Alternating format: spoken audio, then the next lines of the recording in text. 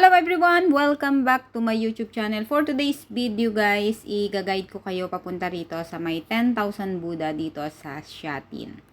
Today is June 19, 2026.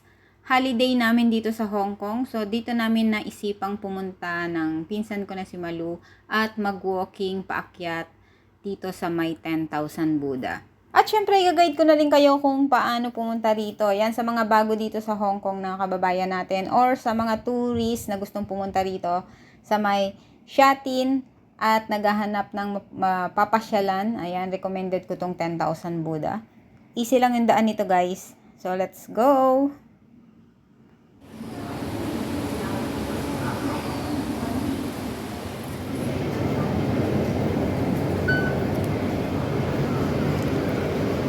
Grand Central Plaza.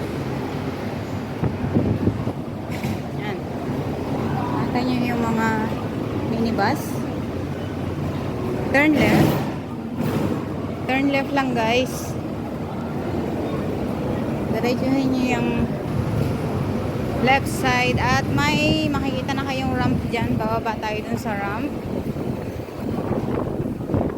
Medyo mahangin at umaraw. So sabi sa weather uulan pero umaraw.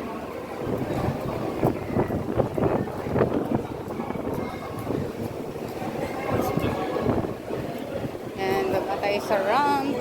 Yan, lakarin nyo lang yan guys ng derecho at pagbaba nyo dyan ay kakaliwa naman kayo ng lakad. Paalala lang din guys na bawal magdala ng mga outside food sa taas ng 10,000 Buddha Monastery. Pero meron silang kantin sa pinakataas. So kung gusto nyong bumili doon pero vegetarian siya dahil nga temple yung aakyatan nyo. Magbitbit na rin kayo guys ng inyong mga tubig pero may bilihan din doon kayo madadaanan pati doon sa kantin sa taas. Pero syempre kung gusto nyo pa rin makatipid, ayan, magbitbit na lang kayo ng tubig nyo at mga pang-spray sa lamok kung kayo kagatin naman ng lamok. Kung may baon naman kayong pagkain guys, ay kainin nyo na bago kayo umakyat or pagbaba nyo. Pero kung may bitbit naman kayo, okay lang. Basta wag lang doon kayo kakain sa pinaka monastery kasi nga guys, bawal doon dahil nga puro mga vegetarian lang yung pwedeng kainin doon. At saka nga, yung mga monkeys, yun ang iniiwasan din nila kasi nagiging aggressive yung mga monkeys kapag nakakakita ng mga pagkain. So, yun din guys yung iniiwasan nila kasi may mga pailan-ilan na monkeys dito sa may 10,000 Buddha. Shatin Station, lakad, diretso. Ano yan? Ilalike lang to? Yung pagbaba nyo guys sa ramp ay diretso pa rin kayo ng lakad sa inyong left side. So, dire-diretso lang kayo dyan hanggang makarating kayo ng Grand Central na building na yan. Yung nakikita yung kulay blue, yan yung sa papuntang IKEA. Dire-diretso lang yan guys. Medyo maraming tao rito sa banda rito at napaka-busy nga ng lugar na to. Yan. So, pagdating nyo rito sa dulo, ayan makikita nyo yan, Grand Central na building. Magta-turn left kayo. Punta tayo ng Buddha. So, ang oras ay 3 o'clock. 3:10. Medyo kainitan. Pero humahangin naman. So, carry naman to.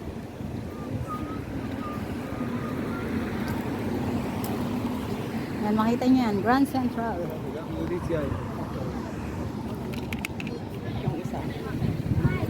Kalain mo yung nagkakilala na kayo sa ganong kaikling oras. Ayun o.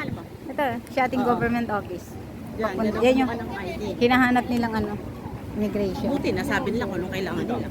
Kasi mas mahirap pag dyan. Report lang yan eh. Anong street to? Di agad sila ma-action. Pai Tao Street. Pai Tao Street. Okay. Tawid. Look to the left. Look to the right. Pumunta ka doon. Ah. Dito mo kami dinalanan bago dating ako dito. Ay, oo nga. Winter. Ay, hindi kasama yata natin mga kabuilding ko. Oo. Diba? Pero bago lang ako dito, diba? Pero pag nainitan pala tayo, may mall eh. Oo, dyan tayo sa IKEA. Ito, dito rin ah. Mall din. Mas malamig dyan sa IKEA kasi pumili nga yung soft drink siya. Yan, lumakad pa tayo ng konti guys hanggang makita natin yung Shatin Government Office. Diyan sa may kabilang kanto. So, doon na tayo liliko. Papunta na yan ng 10,000 Buddha. Yan, dito lang din namin naisipang pumunta kasi nga ang weather ngayon sa Hong Kong ay uulan at aaraw. Kaya kailangan dito lang tayo sa malapit para mabilis lang bumalik kung sakaling biglang lumakas yung ulan. At after nga ng ilang minutong paglalakad ay makakarating na tayo dito sa may kanto guys. And bubungad na sa inyo ang pangalan ng Shatin Government Office sa kabila. Shung Woche Road. Turn right. Nakita nyo sa kabila, Shatin Government or right. Look left.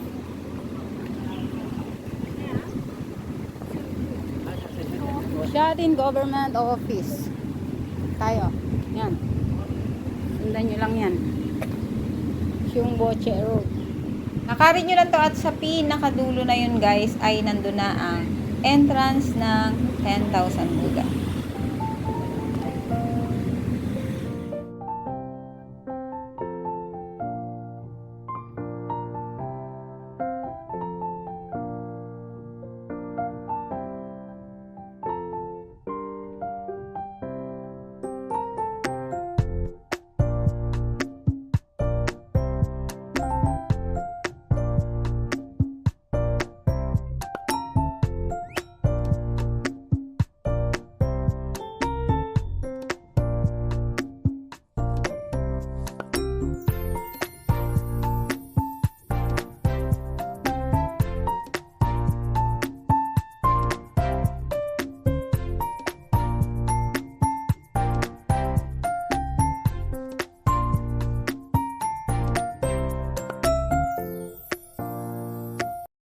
May monkey ba dito?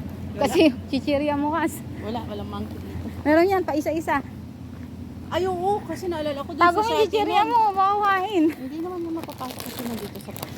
Pag narinig niya yung ano, hatakan yung bag mo. Iyan. Tago mo, kinakabahan ako. Habulin ko hindi ko tigilan. Yung kasama ko, naglalakad pa lang kami, natatakot na eh. May monkey dyan eh. Sabi ko nga pag ako mag-isa rito, may bitbit akong yung pang selfie stick na pang ano sa kanya Ay, si eh. ate, tanong mo kay ate kung may nasa loob. Ate, may nasalubong ka monkey? May nasalubong kang monkey? Wala. Wala. Nainitan siguro. Tanan! Tanan! Nandito na kami. Kay 10,000 Buddha! Kastayo ka muna. At yan na nga ang bubungad sa inyo. At kailangan syempre magpipicture tayo dyan. 10,000 Buddha Monastery opening hours 9 a.m. to 5 p.m. every day. At free admission lang din dito guys. So yan na kagad yung bubungad sa inyo. Yung maraming golden Buddha na yan. Paakyat hanggang makarating kayo doon sa pinakataas. Dahil nga summer at paulan-ulan at aaraw dito sa Hong Kong, kaya hindi masyadong madaming tao guys. Pero minsan guys, ang daming umaakyat dito, lalo na kapag winter, malamig ang panahon, ay maraming naglalakad dito papunta sa taas.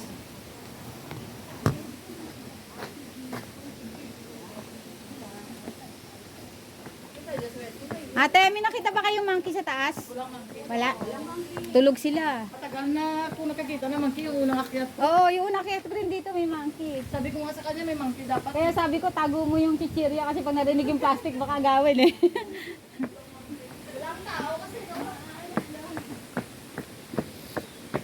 Kinakagat ka na ba kasang niknek? Wala pa naman ako dalang spray. Wala rin naman na lang. Pero may sweater ka. Langgam yun ka, sa yan oh.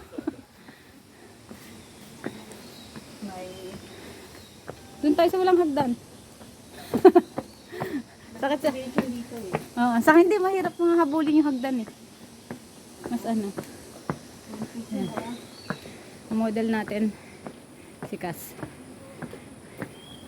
Cas pa solo habang walang tao. Cas.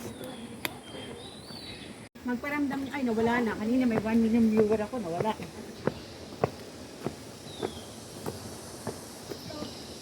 9 a.m. to 5 p.m. Kailangan natin ng malamig na inumin. Nakakahingal na dito banda.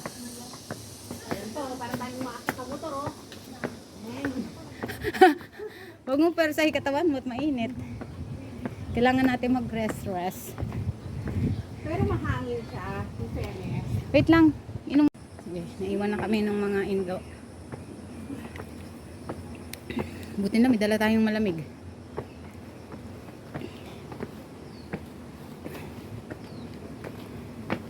Ah, may tinda rin pala dito kasi. Tindahan pa. Tindahan pala siya.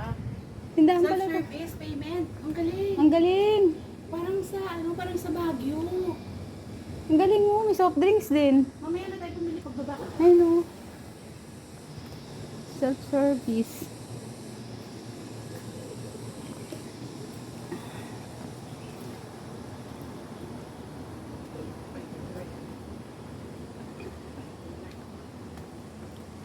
Wala, may higad. Ay, may ano. Ano yung maraming paa? Alupihan.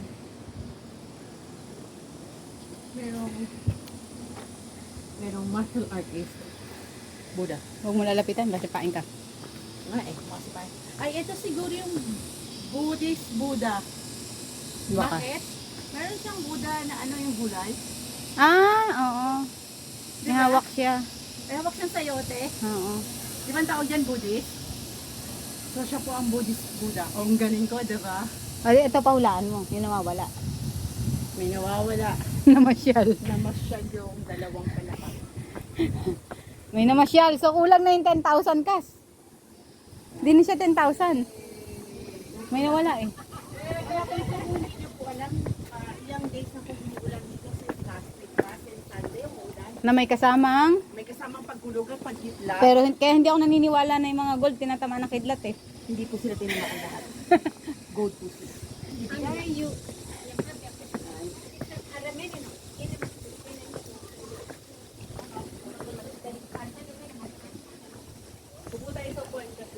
Picture muna tayo dito sa taas. Ito. Sasayaw kami. May meron silang sayaw.